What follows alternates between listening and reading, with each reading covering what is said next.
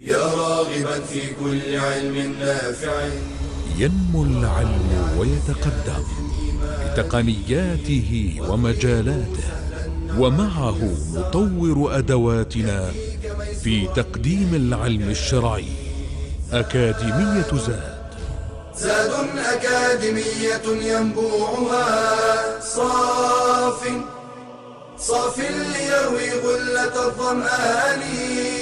وتعلم الفقه الميسر عاملا بالشرع دون تعصب لفلان.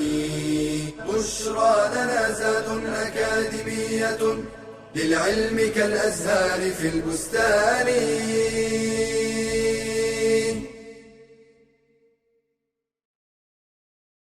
بسم الله والحمد لله والصلاة والسلام على رسول الله. أما بعد. Now, who are entitled to receive the zakat? Who are those entitled to receive the zakat? This was mentioned in chapter 9, Surah At-Tawbah, verse number 60. Allah the Almighty says, zakat expenditures are only for the poor and for the needy and for those employed to collect the zakat and for those whose hearts are to be won over and for the freeing of the captures, that is the slaves, as we will explain, and for those in debt, and for the cause of Allah, and for the stranded travelers, an obligation imposed by Allah the Almighty Azza wa Jal. So these are the 8 categories known to be as masarifu az-zakat. And to go into details, they are: number 1, the poor. And the poor is the person who does not have enough to meet his needs and the needs of those who depend upon him, whether it be food, drink, clothing, shelter, and the likes. So he has nothing, or he has less than half of what suffices him, and he is given the provision that would suffice him for 1 year from zakat. While the needy, or al-miskeen, is someone who's better, but still he is in need. So he may have more than half of what he needs for him and for his dependents, but it's still not enough.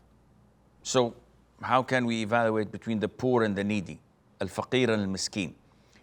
Scholars usually say that al-faqir, who could not find what is enough, such as he may find lunch, but he can't find dinner. His salary may suffice him if he's working for 1 week, but not to the rest of the month. While someone who's in need might be better off. He might have a car. He may live in a house. He may have food for lunch and dinner, but still it's not enough for his needs. He may need money to pay for the medical bills, and he's unable to do so. Yes, he has a salary. He has food on the table. He has a roof on his head. It's not enough for him to, it would not suffice him in that field. So this is the difference between the poor and the needy. The third category is those who work and are employed to collect the zakat. And we have to point out a common mistake that a lot of the people may think of. They may think of this category to refer for those working in charity organizations. And this is not true. They're not eligible for zakat, even if they are working to collect zakat and charity and distribute it. This category mentioned in this ayah, those employed to collect zakat refer only to those employed by the imam, by the Muslim ruler, because this is a public service. Unlike charity organizations who may be funded by zakat, may be funded by charity, yet it's not a public service. They get their salaries from what they collect or from donors. Those employed to collect the zakat, which is a pillar of Islam, this is referring to the employees employed by the Muslim ruler. So they devote themselves to such a job, even if they're rich, even if they're not poor or needy, but because they're working for the government, they are given from the zakat according to their work. Number 4 is those whose hearts are to be won over. And this is the only category that we are allowed to give zakat to non-Muslims.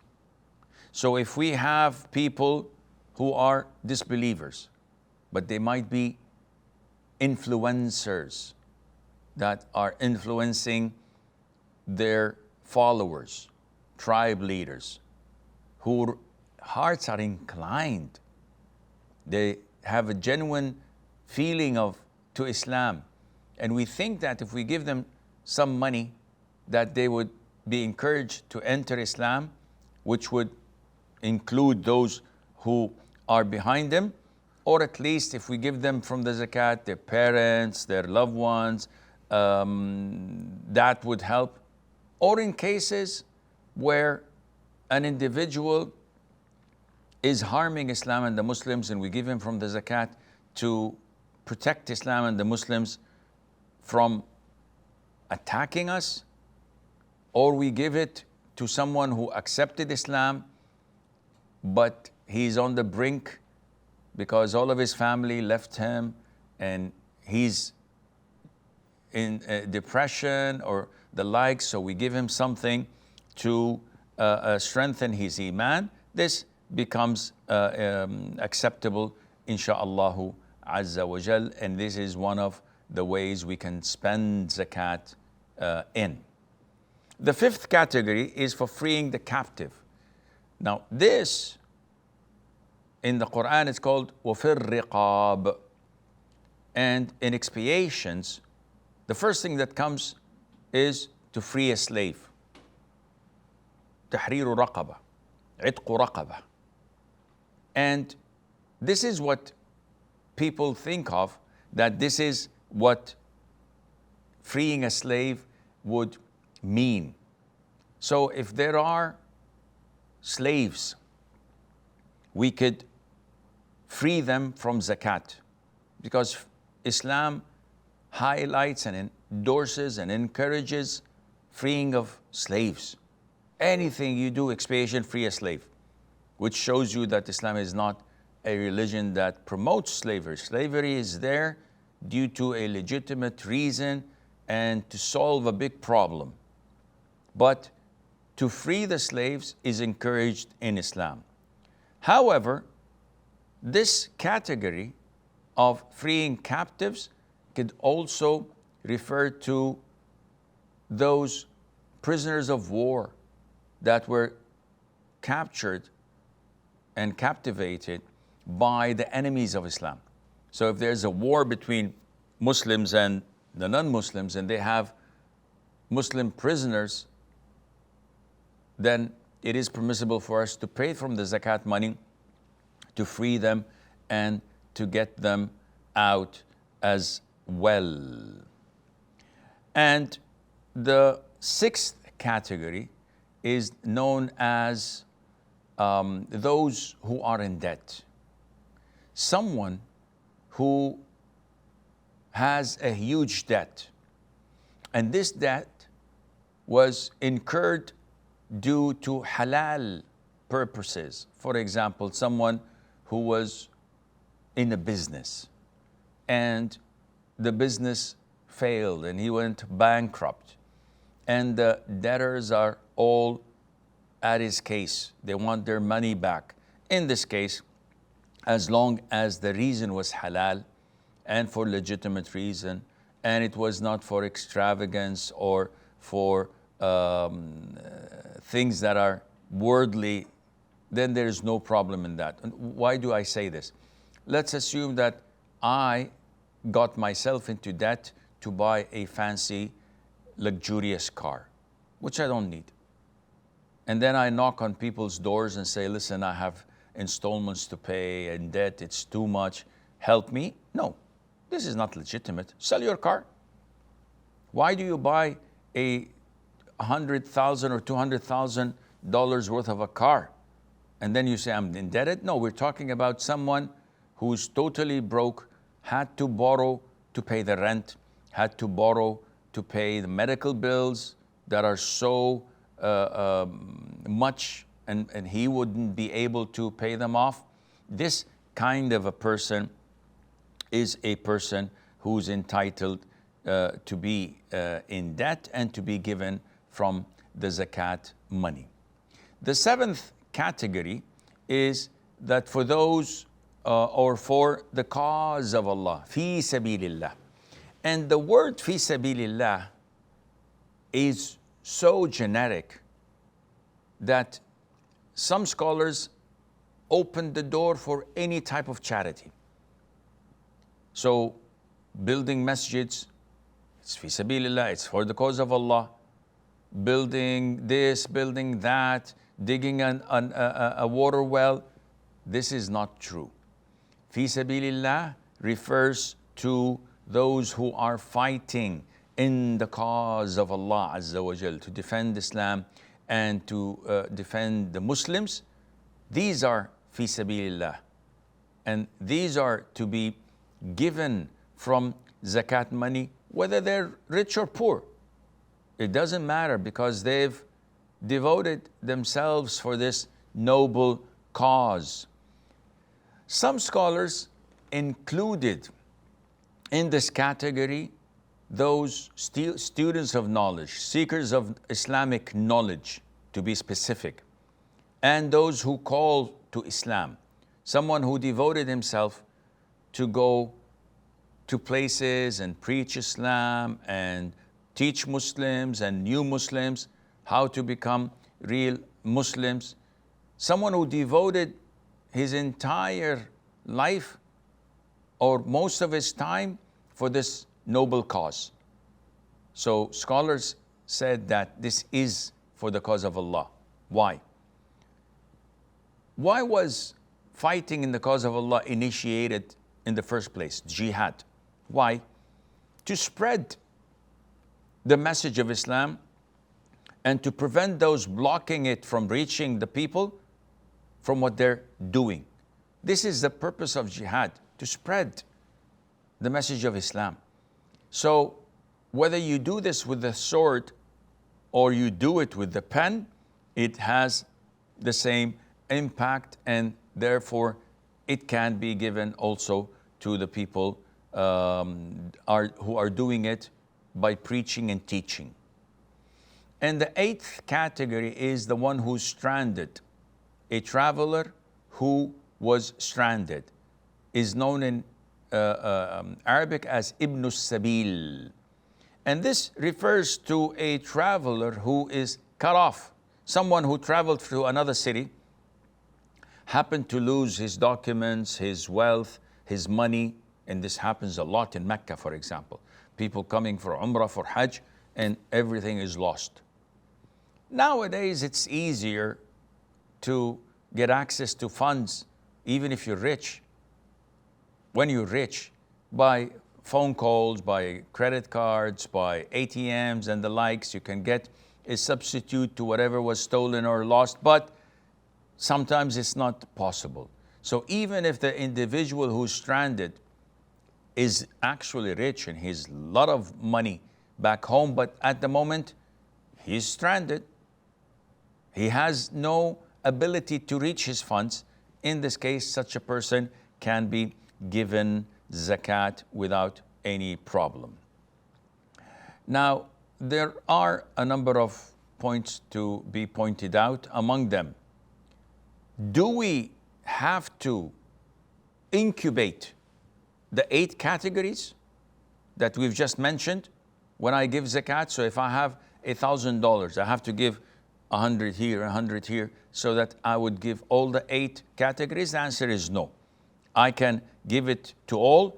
I can give it to one, because Allah Azza wa Jal says, if you disclose your charity or charitable expenditures, they are good. But if you conceal them and give them to the poor, that is better for you. So I can give it to all of them, or I can give it to a specific one of them without any problem. Also, the hadith of the Prophet ﷺ that zakat is to be taken from the rich and given back to the poor, which indicates that this is the case. I don't have to give all 8 categories, each one of them at the same time. I can pick and choose. What's the ruling on transferring zakat from one country to the other? There is no problem in doing this, because sometimes, as I've mentioned in the earlier hadith, and in the hadith of Mu'adh ibn Jabal, when the Prophet sent him to Yemen, he told him to inform the Muslims that Allah has mandated a zakat, which is a charity amount due to be taken from the rich and to be given to the poor. And he did not indicate whether this is in their country or elsewhere. The norm at the time was that the surplus of the zakat was taken from Yemen and given to Medina and distributed to the poor elsewhere. So this is totally permissible. Sometimes I may have poor relatives elsewhere. Sometimes we may have poor and needy Muslims that are far, far greater in need than those who are living in our country, and this makes it okay to move it, inshallah, without any problem. Zakat must be like any other form of ibadah, given out at the correct and specific time. So it cannot be delayed. You have to pay it this date, you have to pay it off. You can't delay it to another date. And you have to give it once the time is due. But if there is a need to give it up front, this is permissible as well without any problem, insha'Allahu azza wa jal. And there are a number of issues to be mentioned as well, and this is inshallah what we will discuss in the following lesson بإذن الله. هذا والله أعلم ونسبة العلم إليه أسلم وصلى الله وسلم وبارك على عبده ورسوله نبينا محمد. يا راغبا في كل علم نافع ينمو العلم ويتقدم بتقنياته ومجالاته، ومعه نطور أدواتنا في تقديم العلم الشرعي. أكاديمية زاد أكاديمية ينبوعها صاف ليروي غلة الظمآن، وتعلم الفقه الميسر عاملا بالشرع دون تعصب لفلان. بشرى لنا زاد أكاديمية للعلم كالأزهار في البستان.